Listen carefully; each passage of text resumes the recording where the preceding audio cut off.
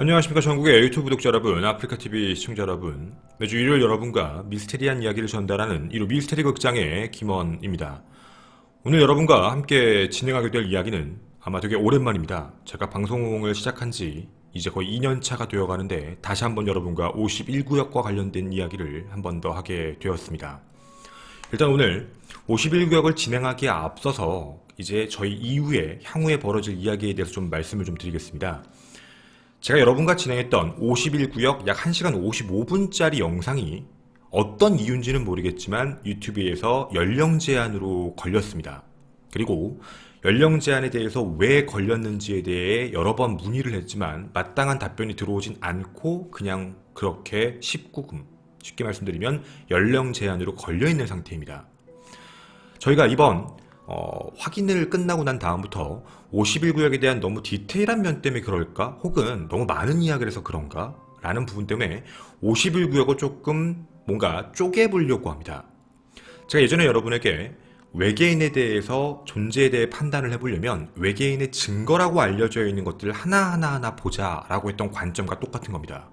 51구역과 관련되어 있는 하나하나 각각의 이야기들을 여러분과 올해 2018년 지금 12월 10일입니다. 오늘부터 해서 내년 2019년까지 하나씩 밝혀보려고 합니다. 그 중에 제일 첫 번째로 오늘 여러분과 이야기하고 싶은 건 바로 51구역의 폭로자 데니스에 대한 이야기를 함께 해보고자 합니다.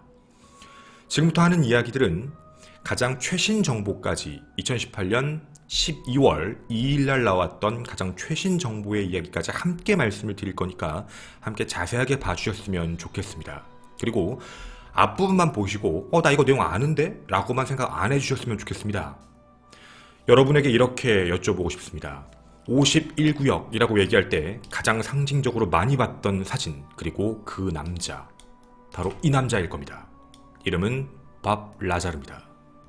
사람들 사이에서 밥 라자르는 죽었다, 그 이후에 아예 사라졌다, 더 이상 행방이 묘연하다 라고도 많이 알려져 있습니다. 하지만 밥 라자르는 살아있습니다. 그리고 밥 라자르가 다시 한번 우리들 앞에 나타났습니다. 그리고 자신의 이야기를 다시 한번 들어달라 이야기하고 있습니다. 오늘 그 내용까지 여러분에게 마지막으로 다 전달을 해드리도록 하겠습니다. 앞에서부터 하나씩 차근차근 가도록 하겠습니다. 1980년대 초반이었습니다. 라스베가스에는 인턴 생활을 하던 기자가 한 명 있었습니다.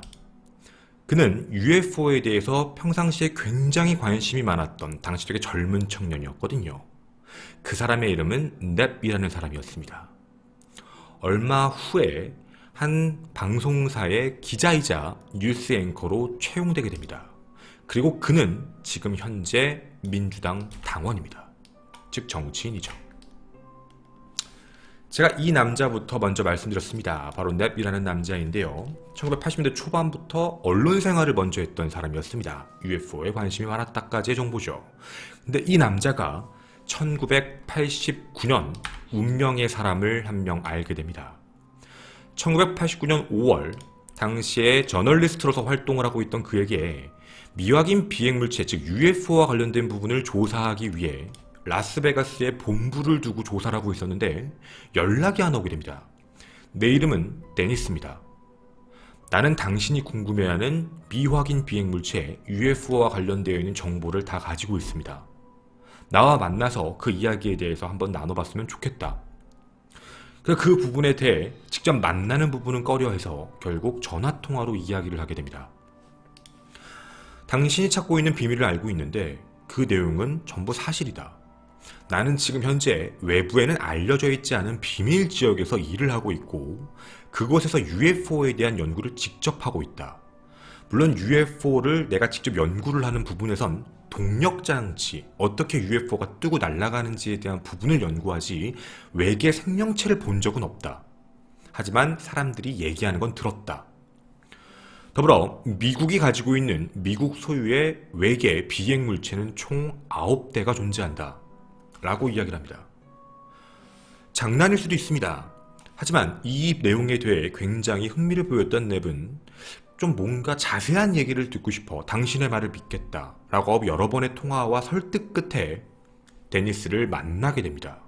근데 데니스가 만나서 하는 이야기가 굉장히 충격적이었죠. 너무나도 자세한 내용들을 알고 있던 겁니다. 되게 디테일한 내용들을 알고 있는데, 하지만 한 가지 문제점. 데니스란 이름으로 검색이나 조회를 해봤을 때 어디에도 나타나지 않는다는 점. 즉, 그 사람을 확인할 수 있는 방법 자체가 없었던 겁니다. 어디 살아요? 아, 저 이쪽에 사는데? 근데 그쪽에는 데니스라는 사람이 없는데? 그 데니스라는 남자는 자신의 신원을 밝히게 됩니다. 나의 이름은 로버트 스콧 밥 라자르입니다. 바로 이 남자입니다. 이렇게 이들이 만나게 됩니다. 그리고 이는 자신의 신분증을 보여주며 그리고 그 부분이 사실인 걸 증명하기 시작을 하죠. 여러분이 많이 보신 사진이 맨 오른쪽 위에 있는 바로 그 사진입니다. 밥 라자르의 신분증, 통행증입니다. 자, 그리고 자신의 신원에 대해서 증명하고 자세한 이야기, 놀라울 만한 이야기에 대해서 전부 진실, 그렇게 이야기를 했던 거죠. 그리고 그걸 네 분 전부 믿게 됩니다. 왜냐면 증거 자료가 다 있으니까. 결국 이들은 이제 폭로를 하자라고 준비를 합니다. 내가 지금 언론에 있으니까 내가 멍석을 깔아줄게. 네가 나와서 다 얘기를 해봐봐. 괜찮아 라고 이야기를 하죠. 그 날짜가 1989년 11월 11일이었습니다. 익명을 깨고 자신의 이름을 건 로버트 스콧 밥 라자르란 이름을 걸고 미국 라스베가스에 있는 이 TV에 출연해 사람들에게 알려지지 않았던 미 공군 시설에 대해서 이야기를 해주게 됩니다.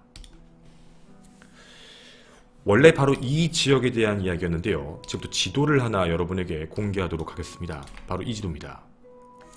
글룸레이크라고 부르는 지역 쪽에 군사시설이 있다.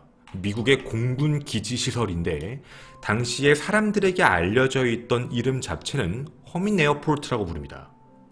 그러니까 거기가 약간 공항처럼, 그러니까 사람들도 알고 있었던 거죠.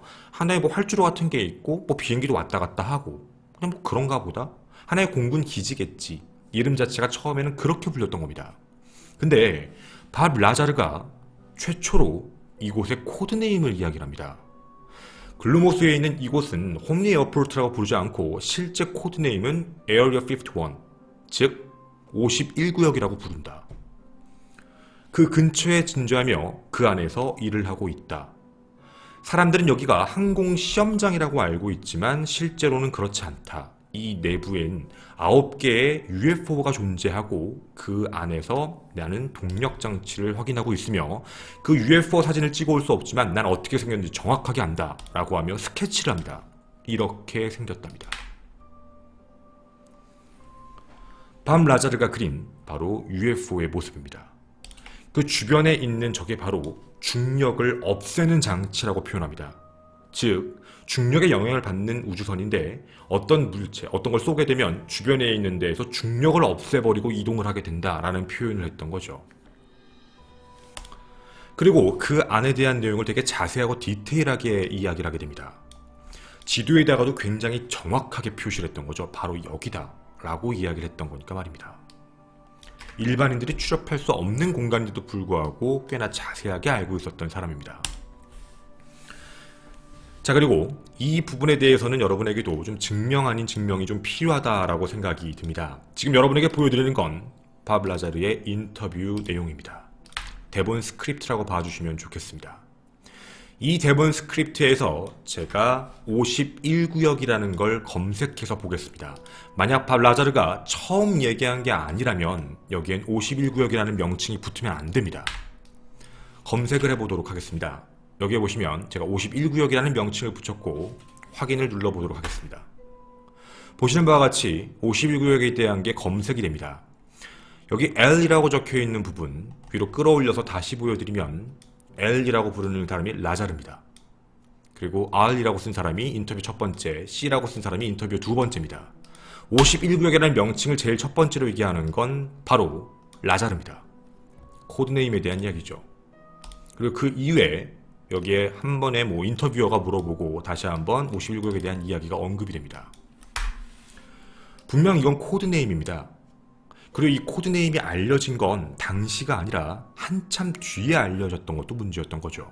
그건 조금 이따 자세하게 다시 한번 안내를 해드리도록 하겠습니다. 자, 어쨌든 이 인터뷰의 내용에서 51구역에 대해 라자르는 이런 얘기를 합니다. 첫 번째, 이 지역은 자체가 매우 엄격한 통제를 이룬다. 너무나도 당연한 얘기죠. 군사시설입니다. 불법 침입을 하게 되면 막대한 벌금 혹은 징역을 물 수도 있다.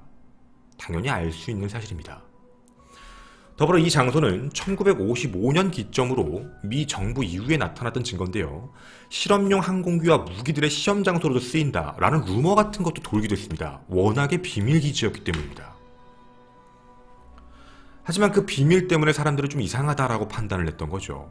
심지어 로즈웰에서 추락한 우주선, 그 우주선도 이 안에 있을 것이고 은하계에서 넘어온 외계인도 이 안에 있을 것이다라고 추측을 하는 겁니다. 근데 이 이야기에 대해서 밥 라자르는 나는 외계인을 본 적은 없다. 그런데 외계인을 뭔가 아이들이라고 부르는 건 본 적 있다. 그러니까 내가 내 눈으로 본 적은 없지만 내가 관리하는 건 UFO였으니까 아마 거기에 있을 것 같다 라고만 이야기를 하게 됩니다. 네바다주 라스베가스 북쪽 100마일 51구역 미군 시설입니다. 아주 큰 곳인데요. 아까 여러분에게 말씀드린 이 51구역은 2013년까지 인정하지 않았습니다. 미 정부는 이 공간 자체를 그냥 공항이다, 그냥 시설이다 정도로만 얘기하고 원래 위치에 대한 것도 부정을 하고 살고 있었는데 2013년 CIA에 의해서 공식적으로 문서가 오픈되며 인정합니다. 그곳이 51구역이 맞다. 정말 놀라운 건 51구역이라는 걸 그 훨씬 이전 1989년부터 알고 있었던 거였습니다. 일단 이게 굉장히 독특한 점이었던 거죠. 그리고 본인에 대한 소개를 하게 됩니다. 자신은 MIT에서 물리학과 전자공학을 전공했으며 더불어 캘리포니아 대학에서도 자신은 학위를 받았다. 물리학 박사까지 받아 자기는 물리학자다 라고 이야기를 합니다. 더불어 그 이유입니다. 졸업을 하고 난 다음에 최고의 권위회사였던 로스알라모스라고 불리는 국립연구소에서 근무를 하게 됐는데 취업이었죠. 그 안에서 근무를 하다가 그 안에 최고 권위자였던 물리학자 에드워드 팔러라는 사람에게 채용됐다. 그 사람이 나를 선택해서 그때 내가 51구역에 근무하기 시작했다. 그리고 그때 받았던 신분증이 바로 이 신분증이다 라고 이야기를 합니다. 이것뿐만 아니라 증거는 더 있습니다. 본인이 그곳에서 일하면서 받았다라는 월급 명세서입니다. 본인이 로스알라모스 국립연구소 소속이자 그리고 그 안에서 51구역까지 들어가서 근무를 했던 사람이다. 자기가 근무를 했던 시기는 1989년 11월 11일에 폭로했죠. 1988년 12월부터 51구역에 출근을 했다. 출근하는 방식은 자동차로 들어가는 게 아니라 라스베가스에서 어떤 비행기를 타고 하얀색 비행기인데 어떠한 로고도 없이 옆에 빨간색 줄만 들어가 있는 그 비행기를 타고 출근한다. 이렇게 얘기합니다. 그리고 이 이야기는 전부 진실입니다. 그리고 난 그 안에서 S4라고 부르는 시설에서 9대의 UFO만을 연구했다. 임무는 UFO의 동력을 판단하는 것이었고 나는 당시 외계인에 대한 보고서만 읽었다. 안에 외계인이 있다 정도만 알고 있지 마주친 적은 없다. 추진 시스템 중에 중력 추진 동력은 반물질이라고 부르는 물질인데 중요한 건 아닙니다. 하지만 이 물질은 이 세상에 존재하지 않는 물질이었다. 그리고 그 물자, 어떻게 보면 그 원자 번호죠. 엘리먼트라고 해서 그냥 한국말로 하면 115번 엘리먼트입니다. 115번 원자에 대한 부분인 건데 UFO를 움직이는 동력 자체가 115번 원자의 소재로 만들었다는 걸 밝혔다. 자기는 그걸 알아냈고 그 기술 자체는 현존하지 않는 것이다 라고 이야기를 하게 됩니다. 자, 그렇게 51구역은 비밀 군사기지였던 공간에서 UFO를 연구하는 기지로 사람들 사이에서 믿게 만들어지게 됩니다. 바로 우리에게 51구역이라는 음모론을 가장 처음 만든 사람이 바로 이 데니스, 즉 밥 라자르입니다. 그리고 그 이후 이 사람은 어떻게 보면 종적을 좀 감춘 듯합니다. 그 이후에 몇 번씩 TV에 나오긴 했지만 주목받지는 못했거든요. 이 이야기가 나온 직후 사람들은 어마어마한 반발을 하게 됩니다. 사람들 사이에서 또 양쪽으로 갈리게 되죠. 라자르가 하는 게 말이 맞다. 어떤 사람은 아니다. 저거 말도 안 된다. 거짓말이다. 이런 생각인 겁니다. 정말 라자르가 진실을 말하는 게 맞을까요? 첫 번째입니다. 정말 밥 라자르는 MIT 출신의 그리고 캘리포니아 공대 출신의 정말 물리학 박사가 맞을까에 대한 문제입니다. MIT는 이 부분에 대해 사실무근이라는 조사 결과를 얘기합니다. 즉, 밥 라자르에 대한 기록, 졸업 기록이 어디에도 없다. MIT뿐만 아니라 캘리포니아 공대에서도 우린 그런 사람이 없는데요. 졸업자 내용이 없다는 겁니다. 즉, 사실이 아니라는 얘기로 밝혀진 거죠. 또한 같은 연도에 졸업했던 학생들의 졸업 앨범에서도 그는 등장하지 않습니다. 근데 이 부분에 대해서 밥 라자르 쪽은 이런 반박을 합니다. 자기가 폭로하기 시작하면서 정부가 자신의 모든 신원을 지웠다. 그래서 나타나지 않는다. 그리고 나는 당시에 졸업사진을 찍을 수가 없었던 이유가 취업준비생이었고 아까 말씀드린 그 회사에 들어가는 문제 때문에 나는 사실 졸업사진을 찍지 않았다. 그리고 그렇게 찍는 문화도 아니었다. 라고만 반박을 하게 됩니다. 즉 학교를 다닌 기록 자체가 없다라는 얘기죠. 자, 두 번째 궁금증입니다. 그럼 정말 밥 라자르의 말대로 신원을 삭제하는 게 가능할까에 대한 문제긴 합니다. 사실 얼마 전에 대한민국에 여러분도 영화 같은 걸 하나 보셨을 겁니다. 이제 공작이라는 영화였는데 자신의 과거에 대한 부분을 숨기기 위해서 전역한 것처럼 돈도 빌리고 일부러 자신의 세탁을 했다라는 부분에 대한 이야기도 나오게 되는데요. 물론 그런 부분을 봤을 때는 그럴 수도 있지 않을까라는 생각이 드는 것. 어쩌면 이 사람의 말을 믿는 사람들의 입장인 겁니다. 하지만 역으로 생각하는 사람들은 말도 안 된다고 생각을 하는 거죠. 어떻게 한 개인의 걸 국가가 다 지워버릴 수 있는가. 실제로 박사학위까지 올라가게 되면 분명 논문에 대한 부분이 필요합니다. 근데 논문에 대한 게 부재입니다. 어느 물리학 관련되어 있는 논문을 찾아봐도 밥 라자르의 플레임으로 들어가 있는 논문은 존재하지 않습니다. 물론 라자르가 얘기하는 대로 그 논문 자체를 삭제했다라고 하면 할 말은 없는데요. 그 논문을 썼다고 얘기하는 밥 라자르는 자기가 쓴 논문을 다시 밝히지를 못합니다. 예를 들면 자기가 썼는데 국회에서 지웠어 라고 하면 자기가 연구했던 논문을 한번 얘기를 하거나 다시 밝혀도 되는 문제인데 그 부분에 대해서는 아예 존재하지가 않는 겁니다. 사람들은 의심할 수밖에 없는 상황인 거죠. 밥 라자르는 이 부분에 대해서 이렇게 얘기를 합니다. 자신이 졸업하고 나고 그 이후에 한 1년 정도의 기억이 없다라는 이야기를 합니다. 근데 그 자기도 왜 그런지는 모르겠다고 표현을 하면서 자기가 준비한 논문에 기억이 없는 이유를 그렇게 둘러댑니다. 당연히 의심을 받을 수밖에 없죠. 사람들 사이에선 국가가 와서 기억을 일부러 지웠다라고 음모를 펼치지만 역으로 봤을 때는 말도 안 된다라고 평가를 하는 겁니다. 세 번째, 라자르의 신분증과 관련된 문제였습니다. 여러분에게 아까 보여드린 이 사진 중 가장 오른쪽 상단에 있는 바로 이 사진입니다. 그 사진에 보시면 MAJ라고 적혀 있는데요. 당시 이런 얘기를 하게 됩니다. 그 MAJ라는 얘기가 MJ12, 즉 마제스틱 있죠. 마제스틱 프로젝트와 관련 있는 신분증이다 라는 주장을 하게 됩니다. 근데 문제는 그 주장에 대해서는 밥 라자르가 하는 게 아니라 사람들 사이에서 펼쳐진 겁니다. 저 MAJ라는 뜻이 뭘 뜻하는지는 아무도 모릅니다. 왜 저런 명칭이 붙어있는지도 모르고요. 그리고 이 신분증에는 어떠한 바코드 같은 것도 존재하지는 않습니다. 그래서 사람들도 의심하죠. 아니 신분증이면 저런 걸 찍고 들어간다던가 그런 식으로 해야 될 것 같은데 전 말도 안 되는 신분증 하나 떨거니 갖고 와서 난 거기 소속이었어 라고 얘기하면 저게 위조한 건지 어떻게 하느냐. 저분에 대한 것도 신뢰를 하지 않았던 거죠. 하지만 이 사진 다시 한번 주목해서 봐주셨으면 좋겠습니다. 그리고 그 이유입니다. 시간이 좀 지나기 시작하면서 몇 년 뒤 결정적인 부분이 등장합니다. 밥 라자르의 정체가 확인됐던 거죠. 밥 라자르는 LA에 있는 피어스 대학 출신이다. 여기는 단과대학입니다. 2년제죠. 고등학교에서는 화학만 선택했던 애였고 그리고 성적 자체도 전교생에서 거의 하위권. 성적 자체가 MIT에 진학할 수 있을 성적도 아니다 라는 게 확인됩니다. 이후 80년대까지 사진 현상소를 운영하다가 빚이 약 30-40만 달러까지 오르게 되고 개인 파산 신고를 한 뒤 갑자기 나타난 게 1989년 11월 11일 방송국에 나타났고 그때부터 유명세를 통해 돈을 벌기 시작했다. 자기의 이름을 딴 어떻게 보면 UFO의 장난감도 만들어서 팔았거든요. 책도 판매하면서 말입니다. 자, 이게 밥 라자르의 모습이다 라고 외부에 공개가 됩니다. 물론 나중에 시간이 지나 이번에 밥 라자르 측은 반박을 하게 됩니다.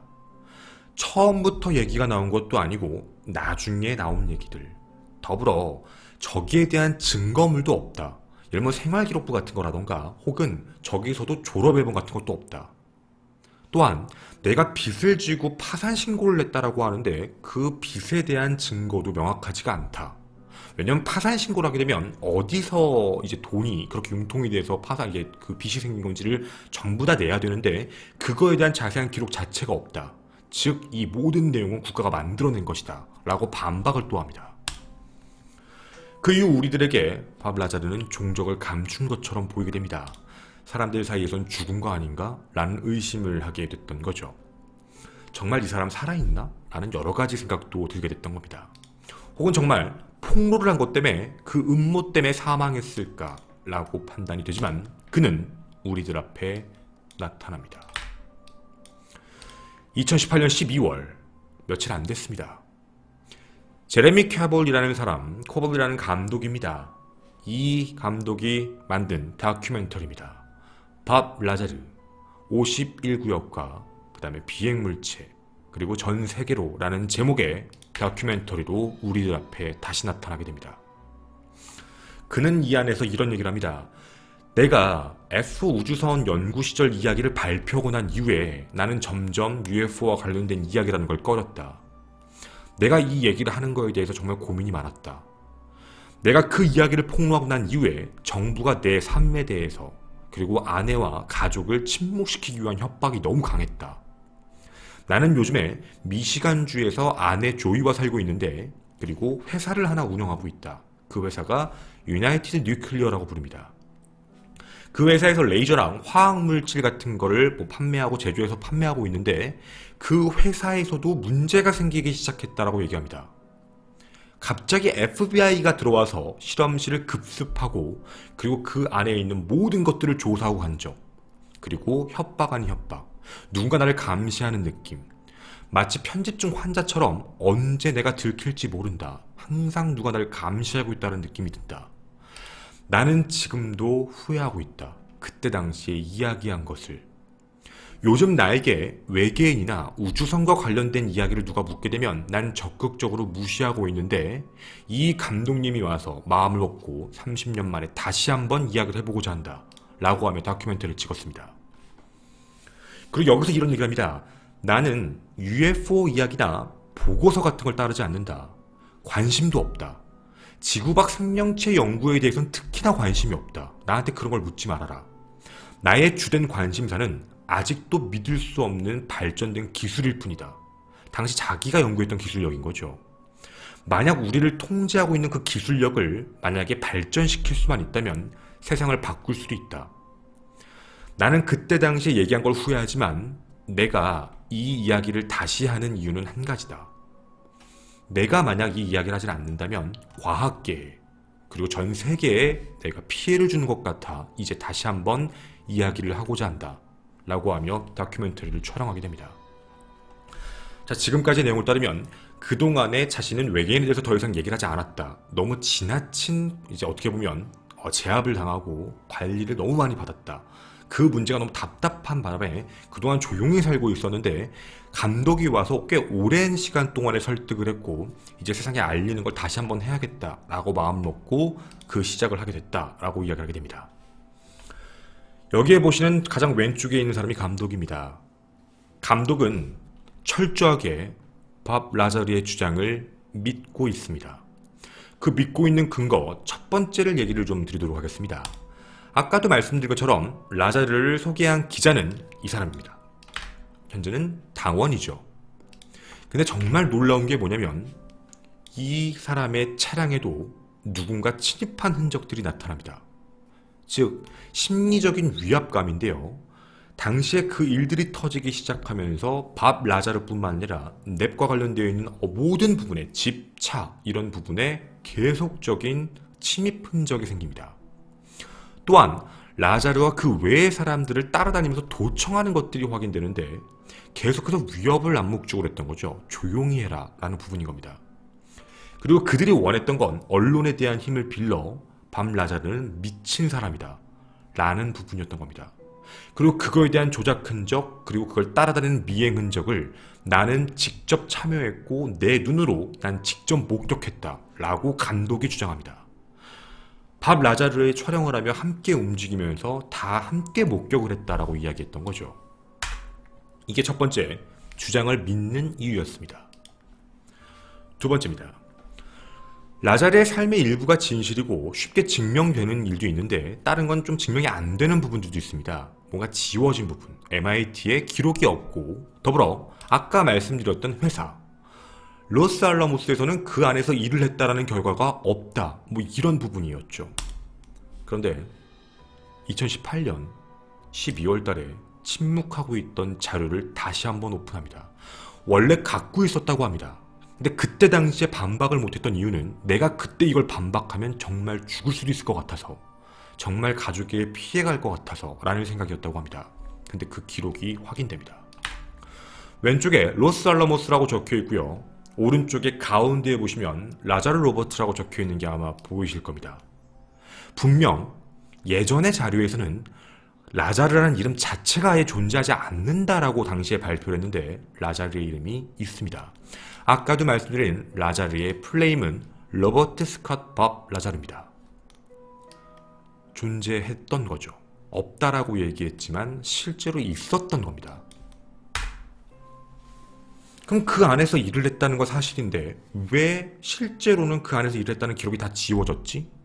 지금 여러분이 보신 저 기록은 일했다라는 기록이 아닙니다. 저 안에 있는 건 저희 회사 로스알라모스 내부에 있는 전화 등록부에 있는 라자르의 번호입니다. 그러니까 안에 근무했다라는 기록은 없는데 로버트 라자르의 기록이 전화 등록부에는 남아있던 겁니다. 그래서 그걸 갖고 있던 거죠. 그래서 그걸 공개하게 됩니다. 세 번째, 아까 말씀드렸던 바로 이 지도에 대한 부분입니다.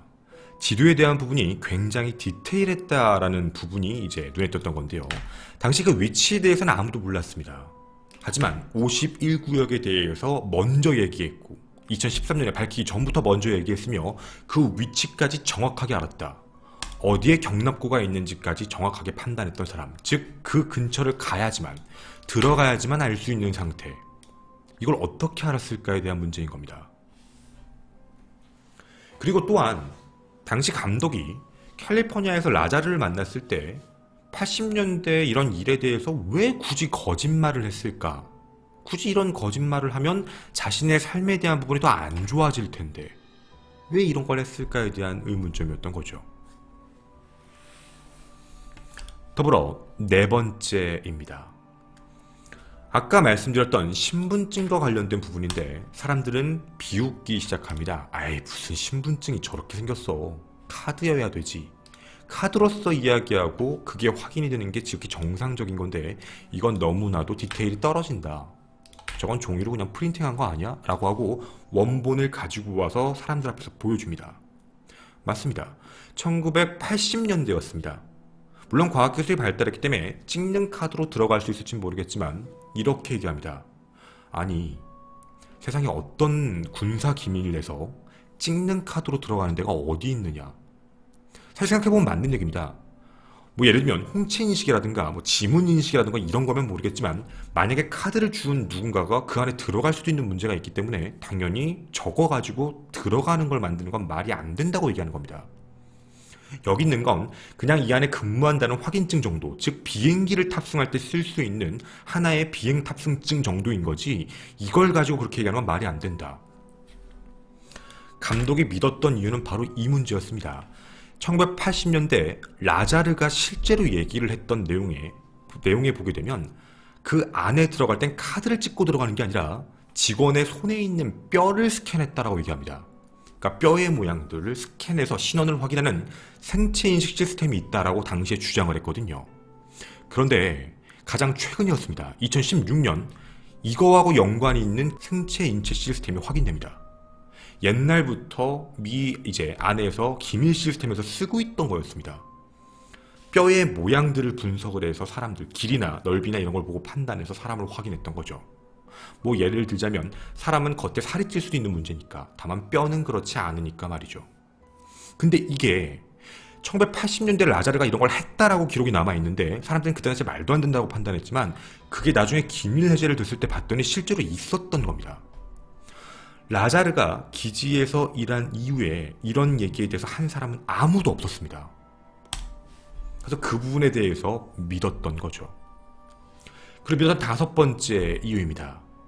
아까 말씀드렸던 1989년 우주선에서 썼다는 115번 원소.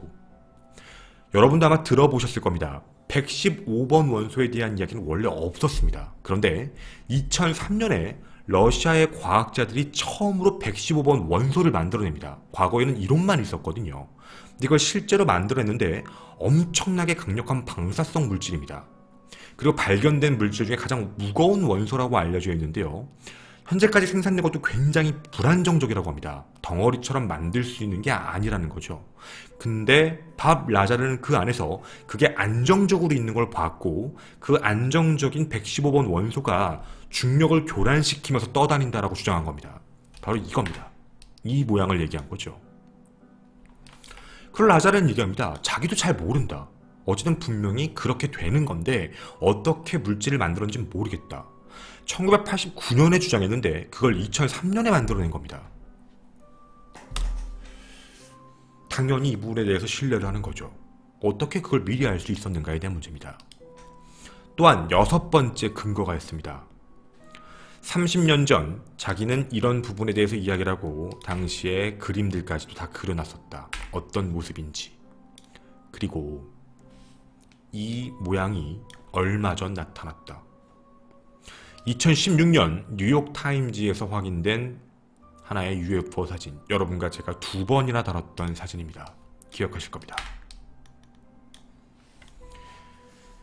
이 UFO를 틱택 UFO라는 이름을 붙이고 있는데요. 타임즈가 공개한 틱택 UFO입니다. 라자르가 당시에 작업했던 비행체와 굉장히 모습이 흡사하다.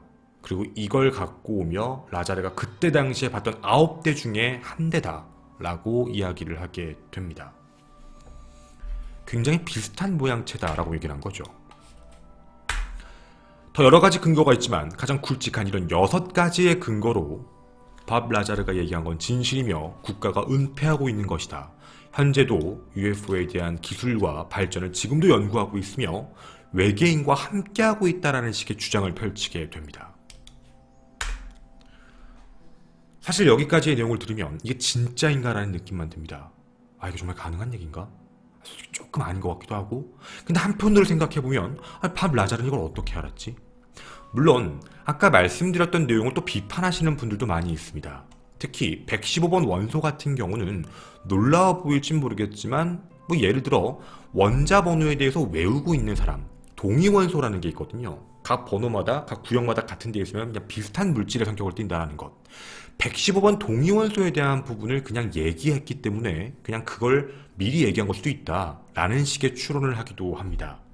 물론 그건 주기율표상 그냥 이론적 특성을 얘기한 건데 사람들이 확대한 해석, 애매한 용어로 얘기하니까 그걸 덧붙여서 판단한 것이다 라는 비판적 의견도 있긴 합니다. 그렇게 지금까지 팽배하게 가고 있습니다. 과거에 밥 라자르가 처음에 나왔을 때 그리고 밥 라자르에 대한 모든 비판 반박이 나와 밥 라자르는 거짓말을 하는 사기꾼이다 라는 식의 인상이 나왔을 때쯤 다시 한번 2018년 12월 밥 라자르가 진짜일 수도 있다라는 의견이 다시 한번 나오게 됩니다. 사실 저희도 모르겠습니다. 어떤 게 진실인지는 말이죠. 분명 맞는 게 있는 것 같기도 하고 아닌 게 있는 것 같기도 하고 되게 애매모호하기도 합니다. 이 사람의 말을 들으면 맞는 것 같고 또 이 사람의 말을 들으면 또 맞는 것 같기도 하고요. 밥 라자르는 정말 국가의 희생자였을까요? 아니면 역대 음모론 역사상 51구역이라는 어마어마한 음모론을 만든 최악의 사기꾼이었을까요? 저는 이온 미스테리 극장의 김원이었습니다. 감사합니다.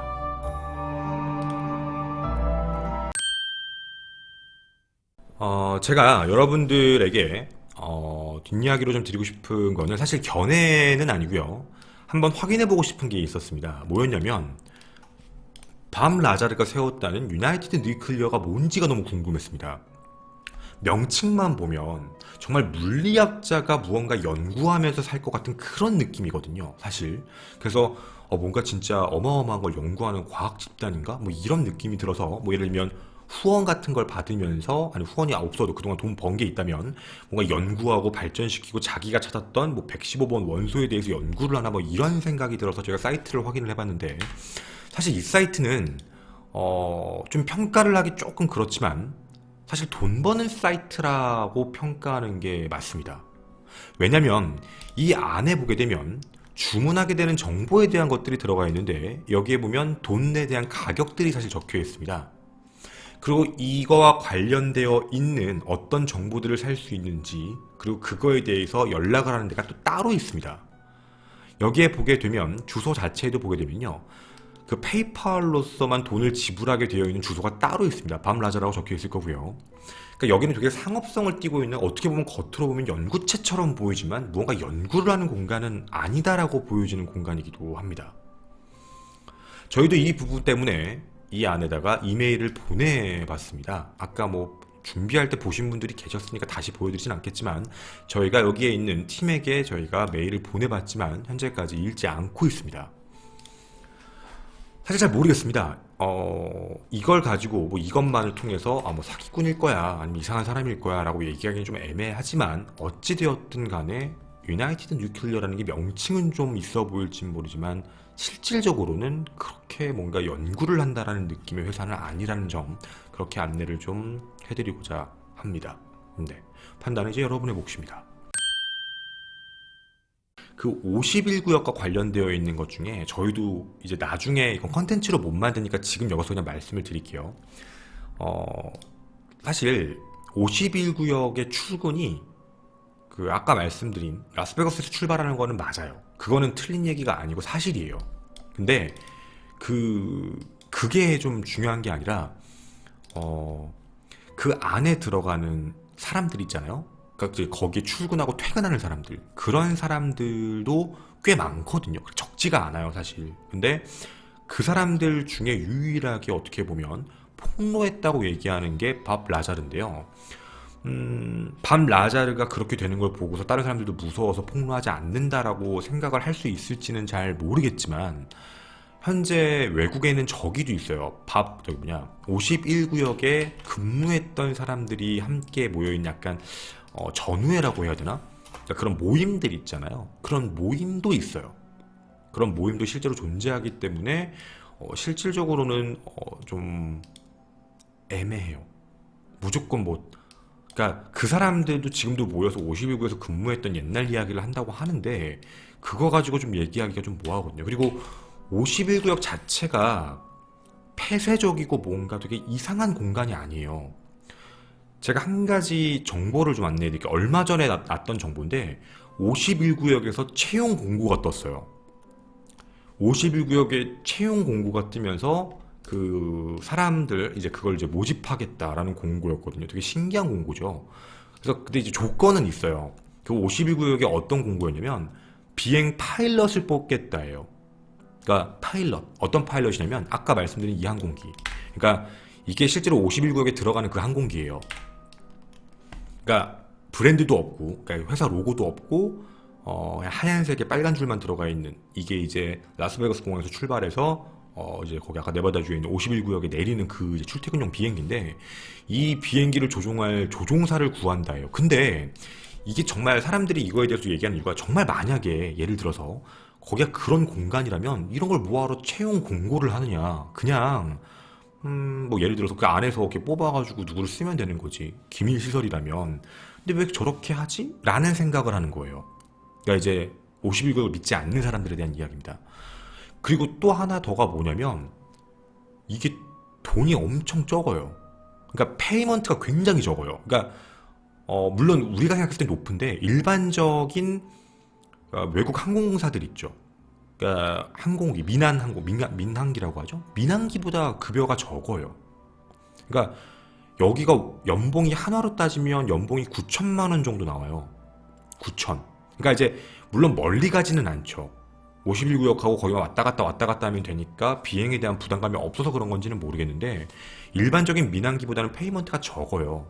그래서 이걸 누가 과연 파일럿 중에 지원을 할까? 뭐 이런 얘기도 약간 있거든요. 그러니까 잘 모르겠어요. 네. 그러니까 사람들 사이에선 이것도 뭐지? 왜 이런 걸 공고하지? 라는 그런 얘기 나와요. 그것도 이번에 해요. 이번에. 여태까지 그런 적이 없다가 이번에 갑자기 또 이러거든요. 근데 시기가 되게 애매했어요. 왜냐면 2018년 8월 달에 모집을 했거든요. 근데 그때가 어떤 때냐면 2018년 11월 말에 아까 말씀드린 그 다큐멘터리가 터질 때였어요. 그러니까 또 사람들이 또 그 얘기를 하는 거예요. 아, 이거 약간 그러니까 음모론을 믿는 사람은 뭔가 이거 다큐멘터리 나올 것 같으니까 약간 페이크 치는 것 같은데? 또 이렇게 나가요. 얘기가 또 그쪽으로 가요. 그러니까 뭔가 그러니까 이게 여기는 정말 끊임없는 어떻게 보면 군사시설이기 때문에 외부에 알려질 수 있는 게 없다 보니까 더 그런 건지는 모르겠는데 정말 특이한 거예요. 뭐가 하나 나와도 사람들 사이에서 계속 의문점으로 물음표가 붙는 문제인 것 같아요. 그래서 참 애매하죠. 그래서 아까 말씀드린 대로 51구역과 밥 라자르라는 사람은 정말 극과 극으로 가는 거예요. 정말 최악의 피해자가 아니면 정말 최고의 사기꾼. 여태까지 나왔던 음모론 중에 가장 타이트하거든요. 그렇게 느껴져요. 사실은. 네.